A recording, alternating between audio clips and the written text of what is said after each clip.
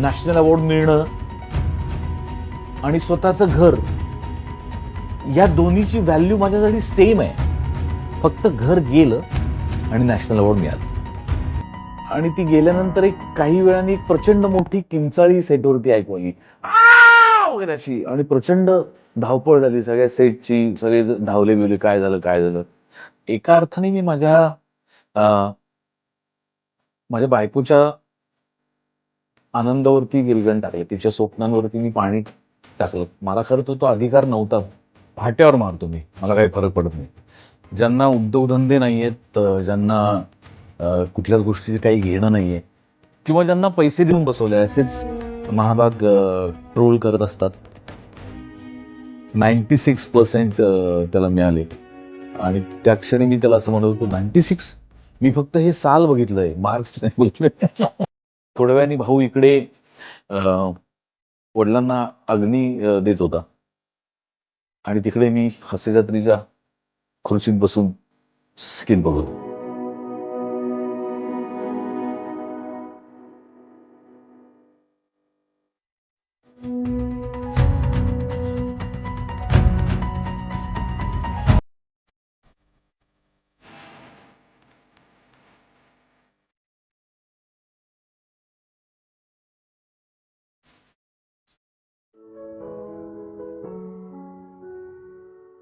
अरे, ज्यांनी खरं तर ही उपाधी दिली त्यांना विचारायला पाहिजे, सचिन मोठे, सचिन गोस्वामी, की त्यांना मी खट्याळ मिश्किल का वाटलो. नाही, जोक सपाट. पण खट्याळ मी आहे का नाही हे मी नाही सांगू शकत, पण मिश्किल मी आहे. मिश्किली मला आवडते, मिश्किली माझ्या रक्तात आहे. समोरचा माणूस आपल्यामुळे जर हसला, त्याच्या चेहऱ्यावर जर आपल्यामुळे प्रसन्न हावभाव आले, तर मला ते फार आवडतं. त्यामुळे मिश्किली मला फार आवडते. आणि खट्याळ आहे, पण मीच कसं म्हणू मी खट्याळ. अगदी पटकन आत्ता तू विचारलं मला एक किस्सा आठवला. आम्ही हिरकणीचं शूटिंग करत होतो. हिरकणी मी दिग्दर्शित केलेला चित्रपट. आणि हिरकणीची गोष्ट आपल्या सगळ्यांना माहितीच आहे की ती रात्री अख्खा गड उतरून आली. त्यामुळे जास्तीत जास्त नाईट शिफ्ट्स आमच्या होत्या. तर एक दिवशी डिनर ब्रेक झाला, आमच्या सगळ्यांची जेवणं वगैरे झाली, आणि माझी नेहमीची सवय की माझ्याकडे जे काही पॅड असतं, नोट्स असतात, स्क्रिप्ट असतं, ते सगळे एका पॅडला खोचून ठेवलेलं असतं, आणि ते पॅड मी व्हॅनिटीमध्ये ठेवतो आणि मग येऊन जेवतो. हा माझा रोजची माझी सवय आहे. तर त्या दिवशी मी मुद्दामूनच ते पॅड माझं व्हॅनिटीत ठेवून आलो. नंतर मला दाखवायचं होतं की मी विसरलो म्हणून. तर ब्रेक ओव्हर झाला, डिनर ब्रेक संपला, आणि मी म्हटलं की अरे माझं पॅड कुठे आहे. तर माझे असिस्टंट म्हटले की अरे दादा व्हॅनिटीत असेल. तर मी मंजूला, माझ्या बायकोने सांगितलं की जरा प्लीज आण ना व्हॅनिटीत जाऊन पॅड. ती गेली, आणि ती गेल्यानंतर एक काही वेळाने एक प्रचंड मोठी किंचाळी सेटवरती ऐकू आली, वगैरे अशी, आणि प्रचंड धावपळ झाली सगळ्या सेटची. सगळे धावले बिवले, काय झालं काय झालं. तर मी असं केलं होतं की दुसऱ्या दिवशी हिरकणीमध्ये एक प्रसंग चित्रित होणार होता, आणि त्या प्रसंगासाठी मला मान तुटलेलं डुक्कर हवं होतं. तर ते डुक्कर आमच्या आर्ट डायरेक्टरनी बनवलं होतं, ज्याची मान तुटलेली होती. ते डुक्कर मी ऑलरेडी व्हॅनिटीत ठेवून दिलं होतं, आणि मेकअप आर्टिस्टकडनं खोटं ब्लड घेऊन मी त्या मानेवर टाकून ते असं पायरीपर्यंत ब्लड ओतलं होतं. आणि हे मंजिरीला अर्थातच माहीत नव्हतं. ती माझं ते नोटपॅड आणण्यासाठी गेली, आणि ते रक्त आणि ते डुक्कर बघून ती प्रचंड किंचाळली, आणि मग खूप चिडली माझ्यावर. ते सगळं रेग्युलर. त्यामुळे खट्याळपणा मला आवडतो, आणि माझ्या बायकोबरोबर करायला जास्तच आवडतो. त्यामुळे जास्तीत जास्त मी तिला घाबरवण्याचा प्रयत्न वारंवार करत असतो.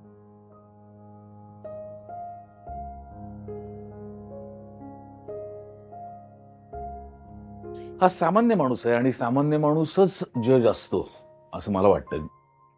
एक कलाकार म्हणून जेव्हा माझी कुठलीही कलाकृती येते, तेव्हा सामान्य माणूसच त्याला जज करत असतो. तोच ती चालवत असतो, किंवा तोच ती पाडत असतो.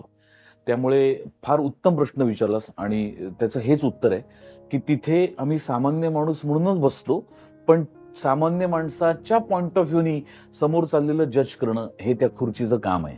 किंवा नवीन कलाकारांना प्रोत्साहन देणं, त्यांची ऊर्जा वाढवणं. एखादं स्किट कधी-कधी फार छान नाही होत, तेव्हा त्यांची उमेद ढळू न देणं, त्यांना पुश करणं, की ठीक आहे होतं, काय चुका होऊ शकतात, काय करता आलं असतं तर छान झालं असतं. पण त्यांच्यातल्या त्रुटी बाजूला काढून त्यांच्यातलं चांगलं काय आहे, ते त्यांच्यासमोर प्रेझेंट करणं आणि ते नॅशनल टीव्हीवरनं वरून सांगणं, हे त्या खुर्चीचं काम आहे.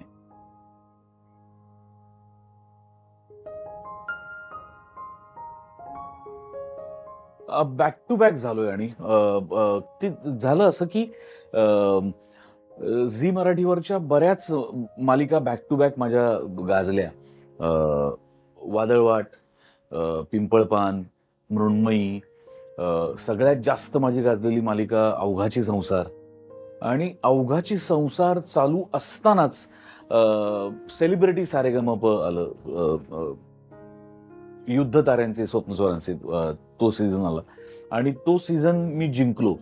आणि तो जिंकल्यामुळे मला म्हणजे मीच असं स्वतःच्या तोंडून म्हणणं चुकीचं आहे, पण बिरुद लागलेला, अजिंक्य तारा असं बिरुद, अशी उपाधी पाठीमागे लागलेला पण मी एकटाच कलाकार आहे आत्ता या क्षणी मराठी चित्रपटसृष्टीमध्ये किंवा मालिका सृष्टीमध्ये, नाट्यसृष्टीमध्ये. त्याच्यानंतर स्टार प्रवाहावर मी एक फार अनोखा कार्यक्रम केला होता, ज्याचं नाव होतं भांडा सौख्य बरे.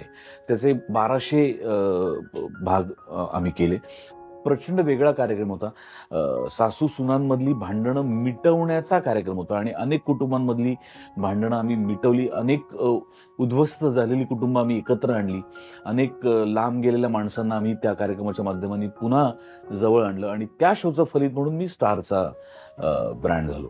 असं ते आपण केलेल्या कामाचं योगदान असतं. ते आपण केलेल्या कष्टांचं चीज कुठल्या ना कुठल्या तरी रूपात आपल्याला मिळत असतं. कधी समाधानाच्या रूपात मिळतं, कधी पैशाच्या रूपात मिळतं, कधी या अशा पद्धतीने मिळतं, असं मला वाटतं.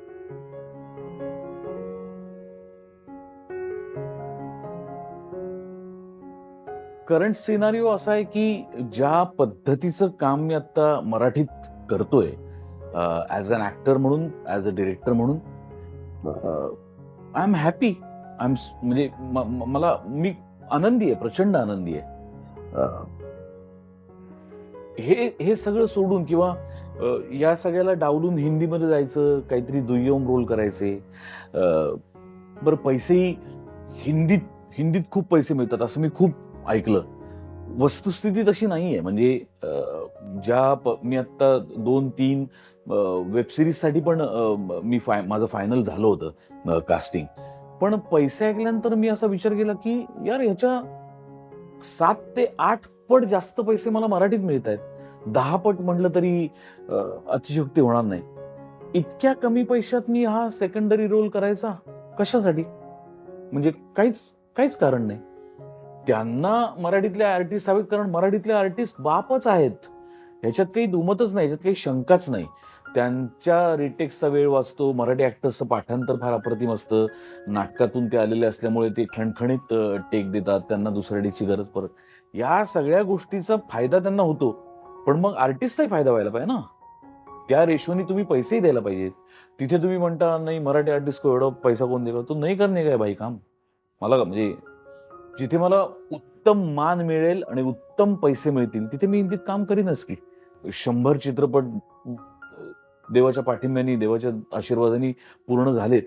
वडापाव हा माझा 100वा चित्रपट आणि तो 100वा चित्रपट म्हणून मी पहिल्यांदा दिग्दर्शन करून कामही केलं नाही. तर मी ज्या चित्रपटांचं दिग्दर्शन करतो त्यात मी शक्यतो काम करत नाही. कच्चालिंबूत मी काम नाही केलं. त्याच्यानंतर भद्रकालीची माझी अनाउन्समेंट झालेली आहे. पठ्ठेबापुरावची माझी अनाउन्समेंट झाली आहे. हे दोन्ही चित्रपट मी दिग्दर्शित करतोय. पठ्ठेबापुरामध्ये मी स्वतः कामही करतोय. महापरिनिर्वाण सारखा माझा एक मोठा सिनेमा येऊ घातलाय ॲज अन ॲक्टर म्हणून. जिलबी सारखा एक वेगळ्या वाटेवरचा सिनेमा मी केलाय. मीरा नावाचा एक अत्यंत वेगळा सिनेमा मी केलाय, ज्याच्यात मी एका डॉक्टरची भूमिका केली आणि तो म्युझिक थेरपीनी पेशंटला बरं करत असतो आणि अशी थेरपी अस्तित्वात आहे आणि ते लोकांपर्यंत पोहोचवण्यासाठीचा प्रयत्न म्हणजे मीरा हा चित्रपट आहे. सो अत्यंत वेगळ्या वाटेवरचे, वेगवेगळ्या विषयांवरचे, वेगवेगळ्या भूमिका असलेले उत्तम चित्रपट मी मराठीत अभिनेता म्हणून पण करतोय, दिग्दर्शक म्हणून पण करतोय. तर या सगळ्यातनं म्हणजे या सगळ्याला बाजूला ठेवायचं आणि हिंदीत जायचं आणि हिरोच्या मागचा एक इन्स्पेक्टर, कोणतरी असिस्टंट अशा भूमिका करत मला अजिबात इंटरेस्ट नाही. का करू मी?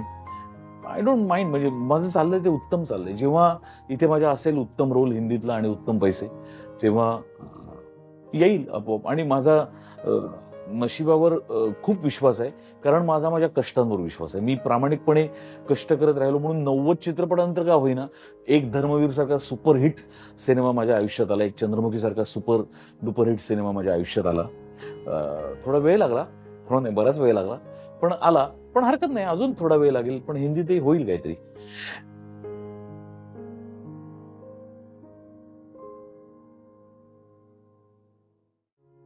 नाही, ही परिस्थिती वाईटच आहे, पण कॉम्पीट करत नाही असं काही नाही. माझ्याच चित्रपटांनी म्हणजे बाकीच्यांची पण मी उदाहरणं देऊ शकीन. पण हिरकणी समोर 4 हिंदी चित्रपट होते. मेड इन चायना होता, हाऊसफुल 4 होता, सांडकी आंख होता आणि अजून कुठला तरी चौथा चित्रपट. ते 4ही पडले आणि हिरकणी सुपरहिट चालला. धर्मवीर चंद्रमुखी 29 एप्रिलला आला, धर्मवीर 13 मेला आला आणि 28 मेला हंबीरराव. बॅक टू बॅक 3 मराठीतले सुपरहिट आणि मोठे चित्रपट आले आणि त्यांच्यासमोर एकही हिंदी चित्रपट चालला नाही. सो असं नाहीये. मुद्दा असा आहे की जे छोटे चित्रपट आहेत मराठी, त्यांना थिएटर मिळताना खूप प्रॉब्लेम येतोय आणि हा खूप जेन्युइन प्रॉब्लेम आहे. आणि ही मल्टिप्लेक्सवाल्यांची मुजोरी आहे, ज्याबद्दल वारंवार बोललं गेलेलं आहे. वारंवार त्याच्याबद्दलची आंदोलनं झालेली आहेत. खळखट्याक सारखं आंदोलन माननीय राजसाहेबांनी केलेलं आहे आणि वारंवार राजसाहेबांसारखा नेता हा मराठी चित्रपटसृष्टीसाठी धावून आलेलाच आहे. हे मान्य केलंच पाहिजे. पण तरी सुद्धा वारंवार येणारं सरकार त्याच्यावरती ठोस पाऊल उचलत नाहीये, हेही तितकंच खरं. महाराष्ट्रामध्ये मराठी चित्रपटांना प्राईम टाइम मिळालाच पाहिजे, तो आमचा हक्क आहे. त्याच्यासाठी भीक मागण्याची वेळ येता कामा नये, हे उघड सत्य आहे. पण याच्याकडे ज्या सरकारचं लक्ष जाईल आणि जे सरकार याच्यावरती एक फायनल तोडगा काढेल, त्याच्यानंतरच काय ते होईल. पण तोपर्यंत ही मल्टिप्लेक्सवाल्यांची मुजोरी आहे की त्यांना हिंदीमध्ये जास्त कलेक्शन मिळतं म्हणून प्राईम टाइमचे शो, त्यांना हिंदी पिक्चर्सना जास्त शोज. हा त्यांचा माज आहे. हा उतरवणारा एक दिवस उतरेल. कोणतरी कुठलं तरी एक सरकार येईल. आशा करतो की शिंदे सरकारच हा माज त्यांचा उतरवेल, काही ना काहीतरी त्याच्यावर तोडगा काढेल अशी आशा वाटते. बघूया, माणसाने आशावादी राहावं. पण वारंवार जी भीक मागायला लागते नंबर ऑफ शोज साठी मराठी चित्रपट निर्मात्यांना, हे चित्र चांगलं नाही, हे वाईट आहे आणि हे बदललं पाहिजे, एवढं नक्की.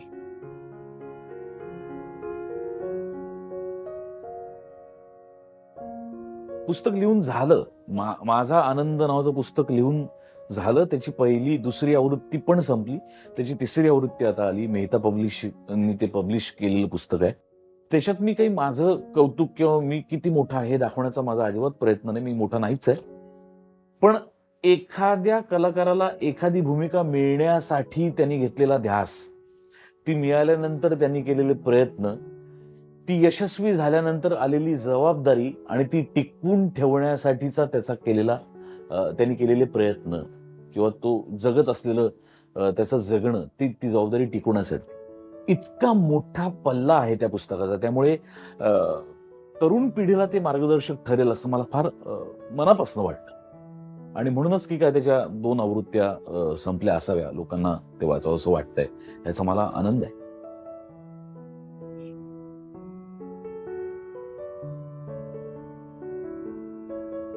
काय आहे की मला असं वाटतं की नटांनी स्वार्थी असायला हवं, प्रचंड स्वार्थी असायला हवं. त्याच्यात त्याचे फायदे आहेत खूप. समजा मला एखादा चित्रपट पाहायचा आहे, तर तो अ, लांबणीवर टाकणं याच्यात त्याचं काही भलं नाही. तो तो ज्या इंटेन्सिटी तुला बघावासा वाटतोय, त्या भरात तो बघून झाला पाहिजे. जेव्हा मला माझा वेळ हवा असतो, तेव्हा मला दुनियेची फिकीर नसते.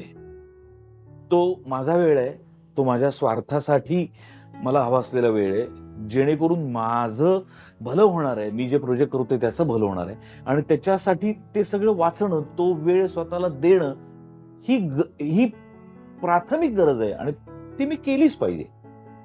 सो मी ते करतो. मला जेव्हा जे वाचायचंय तेव्हा मी वाचतो आणि आता इतक्या वर्षांच्या सहवासानंतर माझ्या बायकोलाही, माझ्या मुलांनाही कळतं माझ्या बॉडी लँग्वेजवरनं, की आत्ता बाबाला त्याचा एकटेपणा हवा आहे किंवा आत्ता माझ्या नवऱ्याला त्याची स्पेस हवी आहे. हे माझ्या बायकोला, माझ्या मुलांनाही कळतं.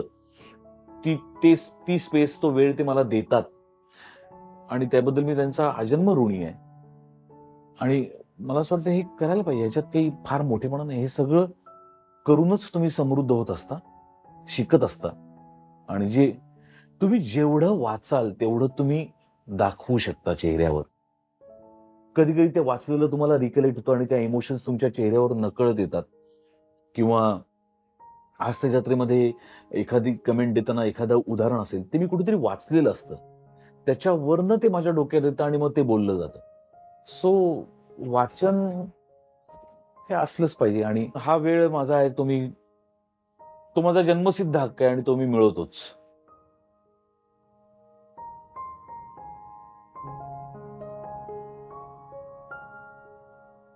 दुर्दैवी आहे खूप आणि अत्यंत थर्ड क्लास क्रायटेरिया आहे हा, की ज्याचे फॉलोअर्स जास्त, तो ॲक्टर खूप चांगला किंवा मोठा. आणि हे हिंदीवाल्यांनी आणलेला हा ट्रेंड आहे आणि तो मराठीत रुजू पाहतोय, पण तो वेळीच ठेचला गेला पाहिजे आणि तो ठेचला जाईलच. कारण जोपर्यंत मराठीमध्ये परेश मोकाशी, आदित्य सरपोतदार, प्रवीण तरडे, मी स्वतः, रवी जाधव, विजू माने, अभिजित पानसे, अनेक नावं घेता येतील माझ्या सहकारी मित्रांची, जे परफॉर्मन्सवर विश्वास ठेवणारे दिग्दर्शक आहेत. तोपर्यंत या फॉलोअर्सचा कॅटेगरीचा मराठीत काही फार फरक पडेल किंवा त्यांनी काही खूप मोठं बदल होईल असं मला अजिबात वाटत नाही. हिंदीवाले ते करतायत आणि ते त्यांचं दुर्दैव आहे. फायनली त्यांना तो ॲक्टर कसा आहे हे कळल्यानंतर ते स्वतः त्याला अनफॉलो करत असतील असं असं मला वाटतं.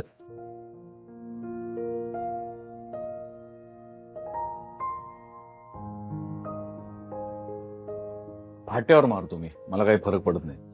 ज्यांना उद्योगधंदे नाहीयेत, ज्यांना कुठल्याच गोष्टीचं काही घेणं नाहीये किंवा ज्यांना पैसे देऊन बसवले असेच महाभाग ट्रोल करत असतात, त्यांनी कुठल्या कलाकृतीला फारसा काही फरक पडतो असं मला वाटत नाही. मराठीत तर नाहीच नाही. मी व्यावसायिक अभिनेता आहे.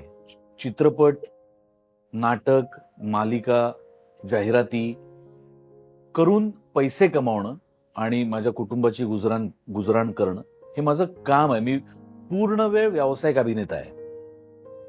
ज्याला कुठ ज्या ज्या क्षेत्राला कुठलंही फिक्स्ड इन्कम नाही, ज्याला पेन्शन नाही, अत्यंत विचित्र आणि अनसर्टन असं करिअर आहे. मिळतील तेव्हा खूप पैसे मिळतील, नाही तेव्हा 6-6, 8-8, 10-10, 12-12 महिने, पावणे 2 वर्ष मी घरी बसलोय. पावणे 2 वर्ष माझ्याकडे एकही काम नव्हतं. अशी ही फेज येऊ शकते. कारण क्षेत्रच खूप अनिश्चित आहे, भयंकर अनिश्चित आहे. त्याच्यावर अनेक माणसं जगणार आहेत माझ्या आयुष्यातली आणि त्यांना जगवणं ही माझी जबाबदारी आहे. ते माझं काम आहे. आम्ही भान असलेली माणसं आहोत, जबाबदाऱ्या असलेली माणसं आहोत. तू प्रेक्षक आहेस, तुझं मत मान्य करणं, ते स्वीकारणं माझं कर्तव्य आहे. हा चित्रपट प्रसादोकनी घाण केला, मान्य आहे. तुला आवडला नसेल. हा चित्रपट प्रसादोकनी उत्तम केला, धन्यवाद. ह्या नाटकात प्रसादोकनी अत्यंत दर्जाचं काम केलं, ॲक्सेप्ट. ते मी मान्य करीनच. कुठल्याही ट्रोलिंगला मी आयुष्यात कधी भिडणार नाही, भ्यायलो नाही. माझ्या कलाकृतीवर, माझ्या प्रामाणिक प्रेक्षकावर माझा ठाम विश्वास आहे.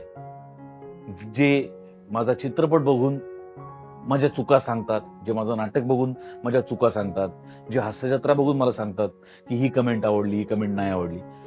त्यांचा मी अत्यंत आदर करतो, त्यांना सन्मान देतो. त्यांच्या त्यांची मतं मी ऐकतो, त्याच्यावर विचार करतो आणि तसं परिवर्तन माझ्यात करतो. ट्रोलिंग बिलिंग काय, कोण आहे ती माणसं? काय संबंध नाही त्यांचा.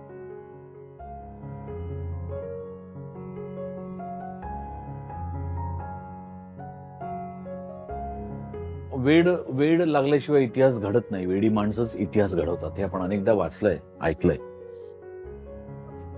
पण अशा एका वेड्या माणसाची भूमिका मला करायला मिळेल असं मी कधी स्वप्नातही विचार केला नव्हता. तर हे इतिहास घडवणारे जे वेडे आहेत त्यापैकी एक वेडा माणूस म्हणजे नामदेव वटकर, ज्यांची भूमिका मी या चित्रपटामध्ये करतोय. आज आपण इंटरनेटवर कुठेही, युट्यूबवर कुठेही, गुगलवर जर का सर्च केलं की अ, माननीय डॉक्टर बाबासाहेब आंबेडकरांची अंत्ययात्रा, तर जगभरातून तुम्हाला एकच व्हिडिओ दिसतो, एकच व्हिडिओ अवेलेबल आहे. तो व्हिडिओ ज्या माणसाने शूट केलाय त्या माणसाचं नाव नामदेव वटकर. आणि त्या शूटिंग म्हणजे आता विचार करा तुम्ही, त्या काळी लाखोंच्या गर्दीतली ती अंत्ययात्रा महामानवाची, कसा तो प्रवास झाला असेल, काय काय त्याला अनुभवले असतील आणि किती हालापेष्टा त्यांनी त्या काळात भोगल्या असतील आणि त्याच्या बरोबर किती मोठी मोठी नावं त्या काळी उभी राहिली असतील. एक एक एक एक कॅरेक्टर जसं येत जातं महापरिनिर्वाण मधलं तसं थक्क व्हायला होतं. शैलेंद्र बागडे या सिनेमाचे लेखक दिग्दर्शक यांनी फार वेगळ्या पद्धतीने हा सिनेमा लिहिलाय, दिग्दर्शित पण केलाय. आणि या सिनेमासाठी अत्यंत खंबीर निर्मात्याची गरज होती, जी गरज आशिष पाटील आणि सुनील शेळके आमच्या 2 निर्मात्यांनी अत्यंत समर्थपणे पेललेली जबाबदारी आहे. कारण खूप मोठा सिनेमा आहे, त्याचा आवाका खूप मोठा आहे, त्याचं बजेट खूप मोठं आहे आणि तो त्या पद्धतीनेच होणं गरजेचं होतं. जवळपास आम्ही 50 दिवस महापरिनिर्वाणचं शूटिंग केलंय आणि एखाद्या अभिनेत्यासाठी मेजवानी असावा असा रोल आहे, अशी माझी भूमिका आहे. त्यामुळे या चित्रपटाला नाही म्हणण्याचा काही प्रश्नच येत नव्हता.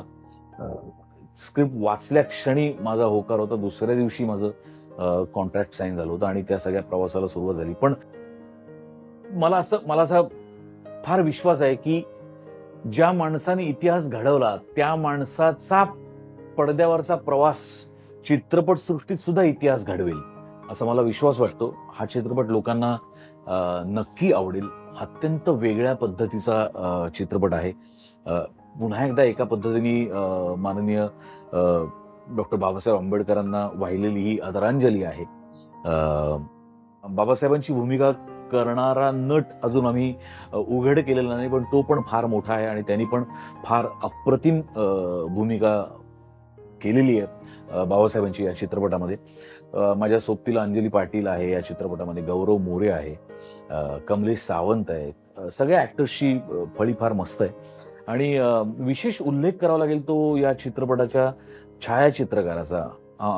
अमर कांबळे नावाचा एक तरुण मुलगा आहे ज्यांनी सिनेमॅटोग्राफी केली या चित्रपटाची आणि जी सगळ्यात मोठी जमेची बाजू आहे या चित्रपटाची.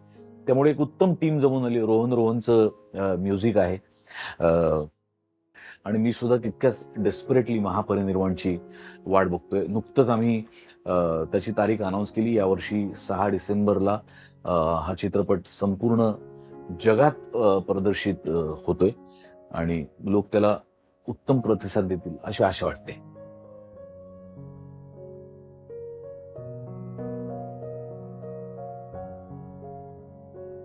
कच्चा लिंबू हा माझ्या आयुष्यातला फार महत्वाचा घटक आहे. चित्रपट नाही म्हणते मी, फार महत्वाचा भाग आहे, फार महत्वाचा घटक आहे. कच्चा लिंबूने मला खूप काही दिलं.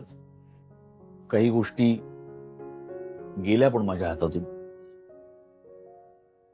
पण it's a part of a game. म्हणजे मला असं वाटतं तुम्हाला कुछ पाने के लिए कुछ खोना पडता है. रसिकाश्रय कच्चा लिंबूला अजिबात मिळाला नाही. 1-2 आठवडे कसाबसा चित्रपट चालला आणि नंतर तो उतरला. पण त्या माझ्या पहिल्याच चित्रपटाला नॅशनल अवॉर्ड मिळाला. असं भाग्य कुठल्या दिग्दर्शकाच्या नशिबात असतं की पहिलाच चित्रपट आणि नॅशनल अवॉर्ड. कच्चा लिंबू हा एका वेगळ्या विचाराने केलेला चित्रपट होता की स्पेशल मुलांकडे समाजाचा असलेला दृष्टिकोन काय आहे आणि कशा पद्धतीने तो बदलायला हवा एखाद्या सणासमारंभात, लग्नात बिग्नात कुठे जर एखादं स्पेशल चाइल्ड असेल तर लोक त्याच्याकडे कशा नजरेने बघतात? त्या नजरेचा त्या मुलाच्या आई वडिलांना भयंकर त्रास होत असतो. ती नजर त्याच्या आई वडिलांना भयंकर टोचत असते. त्यामुळे हळूहळू हळूहळू त्या स्पेशल चाइल्डचं अशा सणा समारंभात, सोहळ्यामध्ये येणं बंद होतं आणि पर्यायाने त्या आईबापांचं पण सोशलायझेशन बंद होतं आणि अत्यंत कुढत कुढत ही माणसं जगतात. का? तो मुलगा तसा आहे, त्याचा काय दोष आहे? त्याला कळतच नाही आपण कसे जन्माला आलोय, कसे जगणार आहोत आणि कसे जाणार आहोत. जे भीषणपणे भोगायला लागतं ना, ते त्याच्या आई वडिलांना भोगायला लागतं.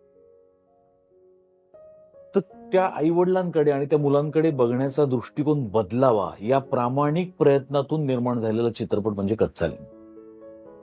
जयवंत दळवीं सारख्या प्रचंड मोठ्या सिद्धहस्त लेखकाची कादंबरी ऋणानुबंध आणि त्याच्यावरती चिन्मय मांडलेकरनी लिहिलेला हा चित्रपट आणि आम्ही प्रचंड प्रचंड मेहनत घेऊन बनवलेला हा चित्रपट. म्हणजे प्रत्येक चित्रपटाच्या दरम्यान आम्ही मेहनत घेतच असतो, ते माझं काम आहे, त्यात काही मोठेपणा नाही. पण कच्चा लिंबू हा पहिला चित्रपट होता, त्यासाठी 2.5 वर्ष मी काहीही काम केलं नाही, कारण विषय फार मोठा होता, त्यात झोकून देणं महत्वाचं होतं. या 2 वर्षात आपण काही काम करत नाही आहोत हे लक्षात तेव्हा आलं जेव्हा कर्जाचे हप्ते इथपर्यंत आले आणि बँकेच्या माणसांचे फोन सुरू झाले आणि तेव्हा लक्षात आलं की अरे 2 वर्ष काही कमावलेलंच नाहीये, पण आपण कमवत नाही आहोत म्हणून बँकेचे हप्ते थांबत नाहीयेत, ते चालूच आहेत. आणि मी कधी बोललो नाही आजपर्यंत विषय निघाला म्हणून. ते इतकं गळ्याशी आलं काम न करणं की पुण्यामध्ये मी एक छान तुमदार असं रो हाऊस घेतलं होतं आणि मस्त होतं, असं 2 मजली, पुढे अंगण मागे अंगण आणि अख्खच्या अख्खं घर माझ्या बायकोनी तिच्या स्वतःच्या हाताने शेणाने सारवलेलं होतं. त्या घरातली एक एक ताट, एक वाटी, भांड हे कुठून कुठून जुन्या ठिकाणी जाऊन माझ्या बायकोनी शोधून आणलं होतं. सगळं पितळ्याचं होतं, त्या घरात स्टील नव्हतंच. गुजरात का राजस्थान कडून तरी एक मातीचा फ्रीज आणला होता जो त्या घरात होता. असं सगळं जुन्या स्टाईलचं वाडा, पुढे छान बैलगाडी बनवली होती, मागे एक खोटी विहीर बनवली होती, मोठ वगैरे असली. हे सगळं माझ्या बायकोने तिच्या हाताने बनवलेलं होतं. त्या घरात आम्ही 2 वर्ष राहिलो सुद्धा, जाऊन येऊन पुण्याला. आणि कच्चा लिंबूच्या या सगळ्या प्रवासात काम न केल्यामुळे जे काही झालं बँकेचं, त्याच्यामुळे मला नाईलाजाने ते घर विकायला लागलं. एका अर्थाने मी माझ्या बायकोच्या आनंदावरती विरजण टाकलं, तिच्या स्वप्नांवरती मी पाणी टाकलं. मला खरं तर तो अधिकार नव्हता, पण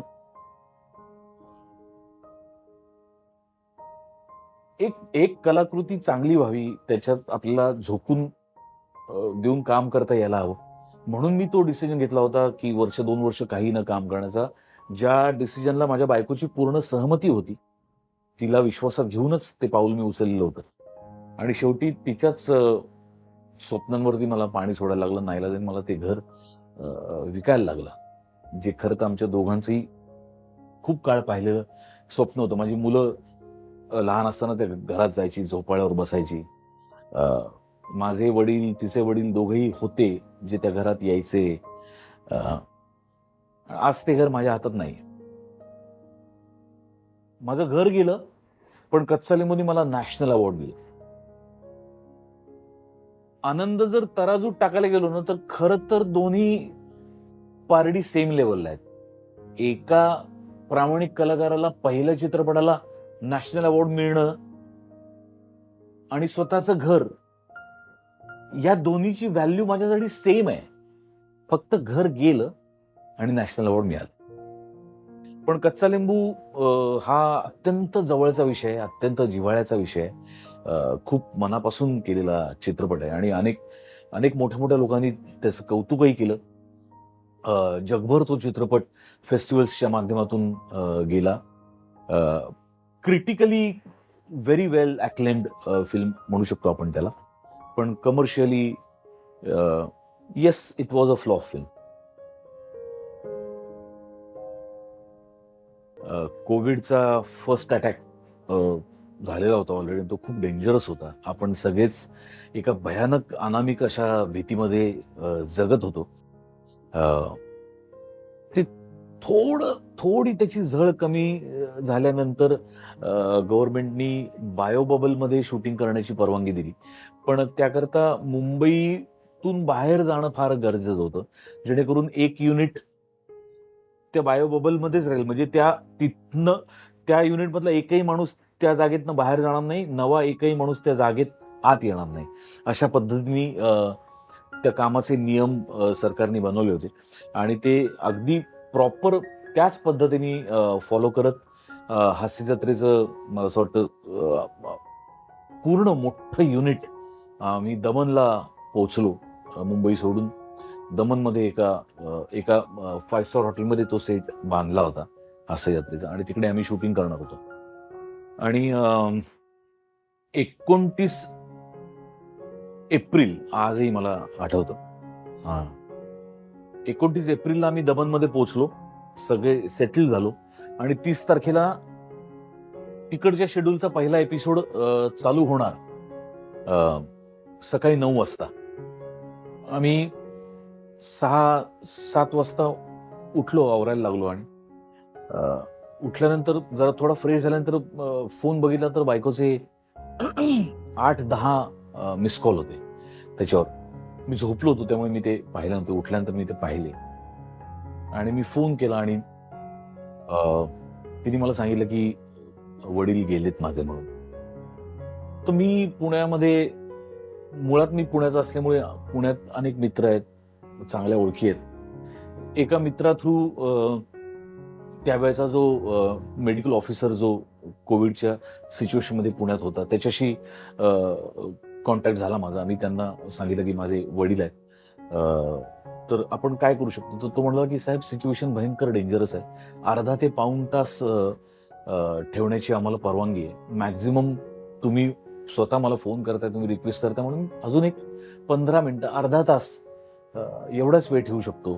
पण तुम्ही आत्ता दमनला आहात आणि ते पुण्यात आहेत, तुम्हाला यायला कमीत कमी 6 ते 7 तास लागतील आणि एवढ्या वेळ आम्ही ठेवू शकत नाही. भयंकर प्रेशर आहे आणि सिच्युएशन खूप वर्स्ट आहे.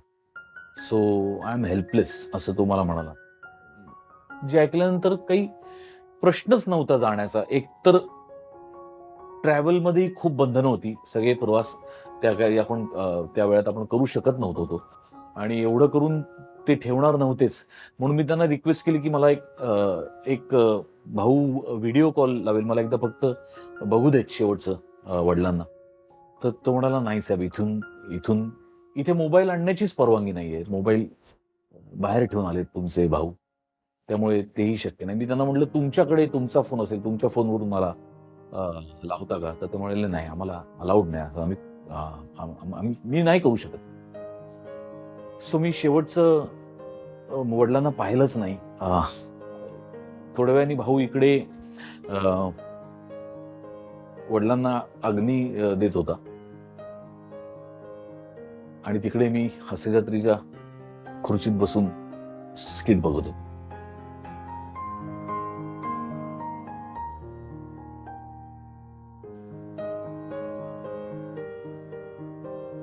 माझी मुलं माझा वीक पॉइंट आहेत. माझा मोठा मुलगा सार्थक, जो जर्मनीला असतो, ज्याला 10वी मध्ये 96% त्याला मिळाले आणि त्या क्षणी मी त्याला असं म्हणत होतो 96, मी फक्त हे साल बघितलंय, मार्क्स नाही बघितले.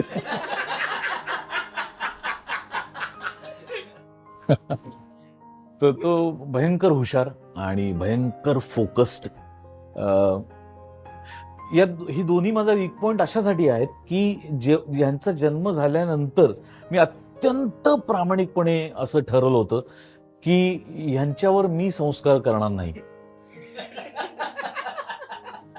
त्या दोघांचंही भलं व्हावं अशी माझी अपेक्षा होती आणि त्यामुळे मी संपूर्णपणे माझ्या बायकोच्या हाती त्यांना दोघांनाही सुपूर्द केलं आणि त्यामुळेच ते दोघेही उत्तम संस्कारात वाढलेली मुलं आहेत. अत्यंत संस्कारी मुलं आहेत.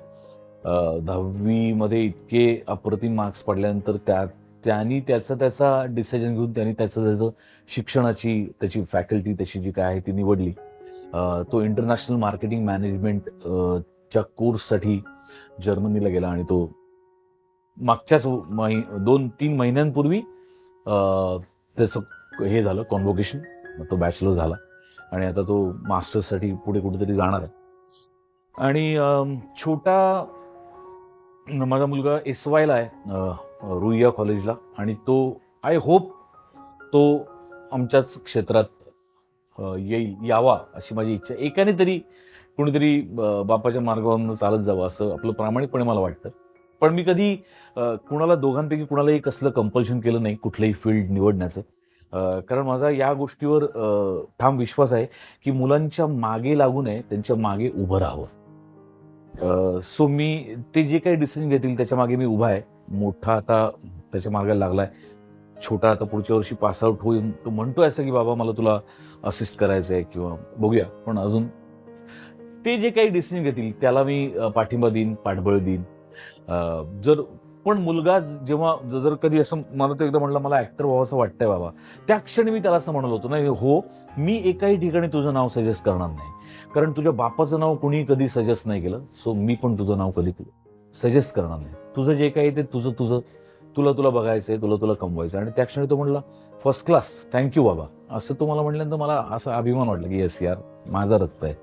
सो येस, दोघेही माझे वीक पॉईंट आहेत आणि ते वीक पॉईंट माझे आहेत याला कारण माझी बायको आहे आणि याची मला जाणीव आहे की तिने फार उत्तम पद्धतीने अनेक वर्ष या फील्डचा त्याग करून, कारण खरं तर ती स्वतः एक अभिनेत्री होती. तिला व्यावसायिक याच्यात पदार्पण करायचं नव्हतं, पण खूप छान अभिनेत्री होती. पण संसार, मुलं बाळ याची जबाबदारी पूर्णपणे मला घ्यायची आहे असं मनात पक्क करून ठरवून तिने हे करिअर निवडलं नाही. ही दोन्ही मुलं मोठी होईपर्यंत तिने केलेला त्याग प्रचंड मोठा आहे. त्यामुळे खरं तर हे तिन्ही माझे वीक पॉईंट आहेत असं म्हणलं तरी चालेल.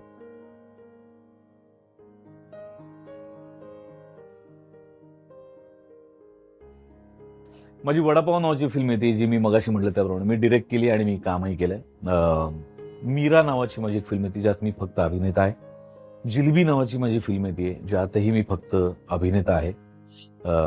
धर्मवीर 2 येणार यावर्षी आणि महापरिनिर्वाण पण याच वर्षी येणार. हे झालं अभिनेता म्हणून. आणि दिग्दर्शक म्हणून मी अनाऊन्स केल्याप्रमाणे भद्रकाली हा एक चित्रपट पाईपलाईनमध्ये आहे आणि पठ्ठीबापूराव मोठं प्रोजेक्ट आहे, खूप मोठी फिल्म आहे. परत एकदा खूप त्याच्यावर वेळ द्यावा लागणार आहे. पण यावेळेला मी कितीही वेळ दिला तरी माझं घर जाणार नाही याबद्दल माझ्या मनात 100% खात्री आहे. मिळालं तर मला नवीन घर मिळेलच इतका मी प्रयत्न करीन आणि प्रामाणिक प्रयत्न करीन. येणाऱ्या काळामध्ये Patthe Bapurao it's like a dream project. खूप वर्ष मी त्या सिनेमाचं स्वप्न बघतोय आणि त्या दृष्टीने वाटचाल चालू आहे.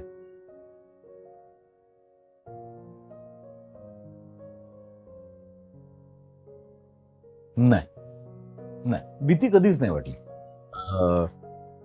कुठलाही दिग्दर्शक किंवा कुठलाही निर्माता चला आता वाईट सिनेमा बनवू असं ठरवून सिनेमा वाईट नाही बनवत. त्याचं इंटेन्शन चांगलंच असतं. वाईट असते ती परिस्थिती. काहीतरी गंट परिस्थिती फसते आणि चित्रपट फसतो. बट एनिवे, मला कधीच अशी भीती वाटत नाही कारण मी 100 चित्रपट केले असतील तर त्यातले 60 नव्या दिग्दर्शकांबरोबर केलेत आणि जे माझे आता खूप घट्ट मित्र आहेत. सो असं घडूच शकतं की मला फार आवडतं नवीन मुलांबरोबर काम करायला. त्यांचा एक वेगळा विचार असतो, त्यांचा एक वेगळा पर्स्पेक्टिव्ह असतो. ते टेक्निकली अपडेटेड असतात, अपग्रेडेड असतात. त्यामुळे मला बरेचदा त्यांच्याकडनं नवीन गोष्टी शिकायला मिळतात आणि मला मजा येते नवीन दिग्दर्शकांबरोबर काम करताना. मला कधीच भीती नाही वाटत.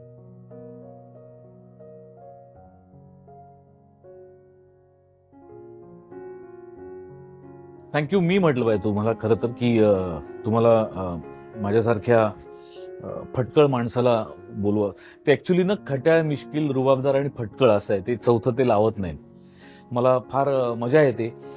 जे नवं काहीतरी करू पाहतायत त्यांच्याबरोबर काम करताना आणि त्यापैकीच तुम्ही एक आहात. काही वेगळा पायंडा पाडायचा तुम्ही प्रयत्न करताय. काही वेगळं शोधायचा प्रयत्न करताय इनसायडर्सच्या निमित्ताने. सो या निमित्ताने तुमचीही इनसाईड मला कळली आणि ती मला आवडली. म्हणून मी या प्लॅटफॉर्मवर यायला तयार झालो. सो माझ्याकडून तुम्हाला मनःपूर्वक धन्यवाद मला इथे बोलवल्याबद्दल.